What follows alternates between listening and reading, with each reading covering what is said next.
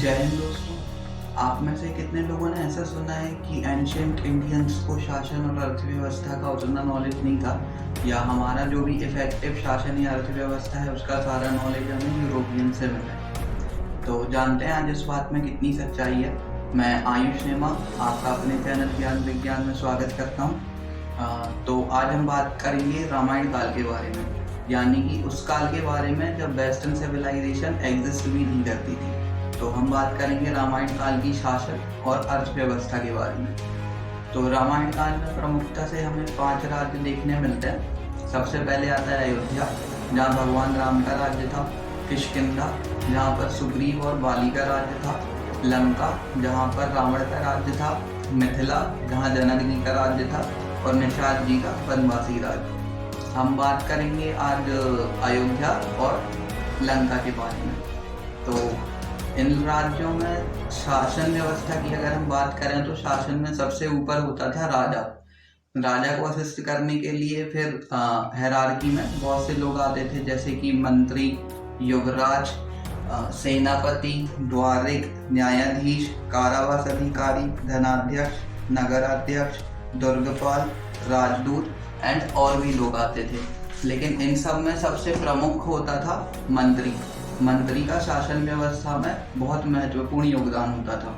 राजा अपना जो भी कार्य करता था वो मंत्रियों की सलाह से ही करता था। इन सारे पदों को एज अ होल अगर हम कहें तो ये लोक सेवक कहलाते थे। और राजा की तरह लोक सेवक भी एक वंशानुगत होता था। जैसे राजा का बेटा राजा बनता था, उसी तरह लोक सेवक का बेटा भी लोक सेवक बनता था। लेकिन हम मंत्रियों की बात करें तो मंत्रियों के लिए एक सर्टेन टेस्ट पास करना जरूरी होता था, और मंत्रियों में वंशानुगत नहीं होता था। अमात्यों में से जो सबसे अच्छे मंत्री होते थे, जो सबसे अच्छे लोग होते थे, उन्हें मंत्री बनाया जाता था। मंत्रियों का बेसिकली काम होता था कि वो शासन व्यवस्था को चलाने में राजा को सजेशंस देते थे, और राजा इनके सजेशंस के बिना कोई भी काम नहीं करता था। जैसे कि भगवान राम को राजा बनाते टाइम महाराज दशरथ ने अपने मंत्रियों की स्वीकृति ली थी। रावण भी अपना हर काम जो था अपने मंत्री परिषद की सलाह पे करता था। तो रावण का ये मत था, विजय का मूल कारण मंत्रियों की दी गई सही मंत्रणाएं, जिसमें शास्त्रों का विचार कर सभी मंत्री एक मत पर पहुंचे, वो उत्तम मंत्र है। जिसमें शुरुआत में मतभेद हो, बाद में सभी एक मत होकर किसी फैसले पर पहुंचे, वो मध्यम मंत्र है। जहाँ सभी अलग अलग विचारों का सहारा लेकर आपस में भाषण देने का विचार करने लगे और अंत में एक मत होकर किसी फैसले पर पहुंच भी जाए, तो ऐसा मंत्र अधम मंत्र है। रामायण में जो मंत्रियों के साथ मंत्रणाएं होती थी उन्हें गुप्त रखने की भी सलाह दी है। भगवान राम ने भी भरत को ये कहा था कि राजा की विजय का मूल मंत्र मंत्रियों की दी गई मंत्रणा है, और नीति शास्त्र में निपुण मंत्री अगर उस मंत्रणा को गुप्त रखते हैं तो ये राजा की विजय का कारण बनता है। मंत्रियों के बाद आता है युवराज का वध।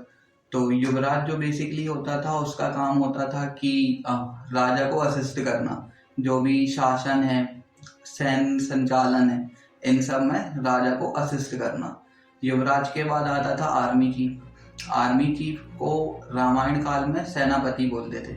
ये भी एक महत्वपूर्ण कूट में सेना का महत्व बताते हुए भगवान राम भरत से पूछते हैं कि क्या तुमने सदा संतुष्ट रहने वाले, शूरवीर, धैर्यवान, बुद्धिमान, पवित्र और कुलीन, तुम्हारे प्रति अनुराग रखने वाले, युद्धकाल में दक्ष व्यक्ति को ही सेनापति बनाया है ना। भगवान राम कहते हैं कि सैनिकों को वेतन और भत्ता समय पर देते रहना चाहिए, वरना सैनिक जो हैं वो राजा से भी नाराज हो सकते हैं। सैनिकों के बाद आता है द्वारिक। द्वारिक को द्वारपाल, प्रतिहार या द्वार रक्षक भी कहते थे। इनका बेसिकली काम होता था कि जो भी द्वार की रक्षा करना, मतलब गार्ड करना, और जो स्त्री मतलब जो लेडीज सेक्शन होता था उसमें जो द्वारिक होते थे उन्हें प्रतिहारी बोलते थे, जो लेडीज सेक्शन की गार्ड करती थी। उसके बाद आते हैं न्यायाधिकारी, न्यायाधीश भी। इन सब का भी रामायण में वर्णन मिलता है। नगर अध्यक्ष जो था वो नगर का अधिकारी होता था, दंड देने वाला दंड अधिकारी, दुर्गपाल दुर्ग का अधिकारी, राजदूत का भी रामायण में उल्लेख मिलता है।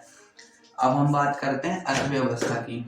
तो रामायण काल में जो भी आपकी टोटल अर्निंग होती थी उसका 1/6 मतलब 1/6 बार एज अ टैक्स जाता था विदाउट जीएसटी। मतलब 1/6 जो पोर्शन रहता था वो आपको एज अ टैक्स देना पड़ता था।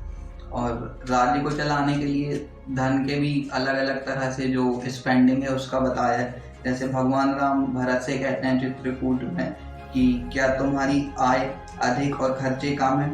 तुम्हारे खजाने का धन अयोग्य व्यक्तियों के हाथों में तो नहीं चला जाता। देवता, पितर, ब्राह्मण, अभ्यागत, योद्धा तथा मित्रों पर तुम्हारा धन खर्च होता है या नहीं होता? तो ये सारे थे कि रामायण काल में शासन और अर्थव्यवस्था किस प्रकार की थी। तो इन सब बातों से हमें पता चलता है कि उस टाइम के जो राजा थे वो अपनी प्रजा को लेके कितने सचेत थे। एंड शासन जो था वो रामायण और महाभारत काल में किस तरह से चलता है। अभी तो हमने खैर रामायण टाइम का डिस्कस किया है, अभी हम आगे महाभारत काल के बारे में भी बात करेंगे। और अगर आपको डाउट आता है कि ये रामायण मिथ है या रियल है तो इसके रिगार्डिंग भी हमने पहले एक वीडियो बनाया है, तो आप चाहें तो प्लेलिस्ट में जाकर देख सकते हैं। तो आज का वीडियो यहीं तक था।